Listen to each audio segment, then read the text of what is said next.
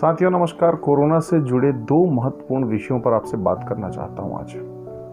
पहला विषय ये है कि हमारे आसपास में जब किसी व्यक्ति को कोरोना होता है कि उसे क्वारंटाइन भी किया जाता है तो हमारा उसके साथ व्यवहार कैसा होता है, और आज जब सेलिब्रिटीज़ को कोरोना हो रहा है तो हमारा उसके साथ व्यवहार कैसा है। अमिताभ बच्चन, अनुपम खेर और कुछ और नाम, बड़े नाम, उन्हें और उनके परिवार को कोरोना हुआ तो पूरा देश एक साथ प्रार्थना कर रहा है। करना भी चाहिए। इन लोगों ने समाज जीवन को बहुत कुछ दिया है। सेलिब्रिटीज़ निश्चित रूप से समाज को प्रभावित करते हैं, लेकिन हमें ये भी तो सोचना होगा कि हमारे आसपास के लोग, हमारे करीबी, हमारे रिश्तेदार या और भी कोई, उनको भी कोरोना हुआ है तो उनके साथ भी यही व्यवहार करें, उनके लिए प्रार्थना करें। और सबसे बड़ी चीज़ है एक्सेप्टेंस। आज जब किसी सेलिब्रिटी को कोरोना हुआ है, वो अपना उपचार कराने के बाद समाज में वापसी करता है तो हम उसी मान सम्मान के साथ उन्हें वापसी करने की अनुमति देते हैं। लेकिन जब किसी हमारे अपने करीबी आसपास के व्यक्ति को कोरोना हो जाता है या क्वारंटाइन भी किया जाता है तो उसके साथ अछूतों जैसा व्यवहार करते हैं, उसे स्वीकार नहीं करते, एक्सेप्टेंस नहीं रह जाती उसकी समाज में। इसे हमें बदलना होगा। ये बहुत महत्वपूर्ण बात है कि कोई भी व्यक्ति कोरोना होने के बाद, अपना उपचार कराने के बाद, 14 दिन क्वारंटाइन रहने के बाद समाज जीवन में वापसी कर सकता है।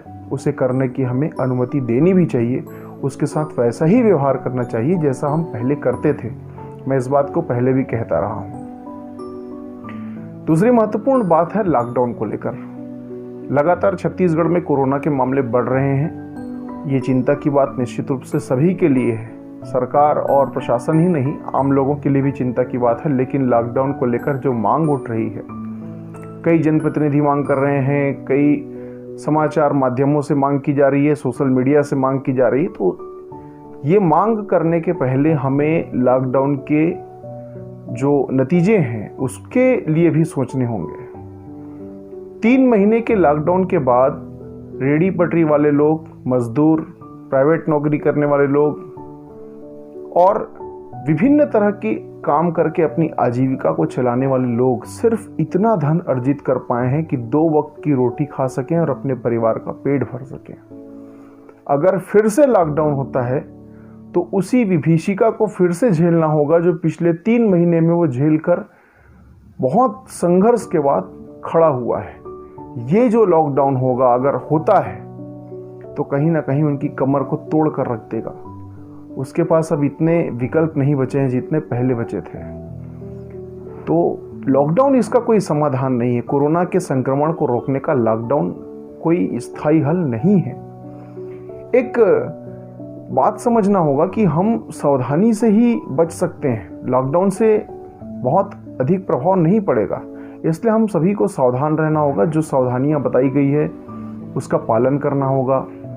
आप काढ़ा पीजिए, आप आयुष मंत्रालय ने जो आपको बातें कही हैं उसका पालन कीजिए, मास्क, सैनिटाइजर का उपयोग कीजिए, सोशल डिस्टेंसिंग रखिए। लेकिन लॉकडाउन ही अंतिम विकल्प नहीं है, इस बात को समझना होगा।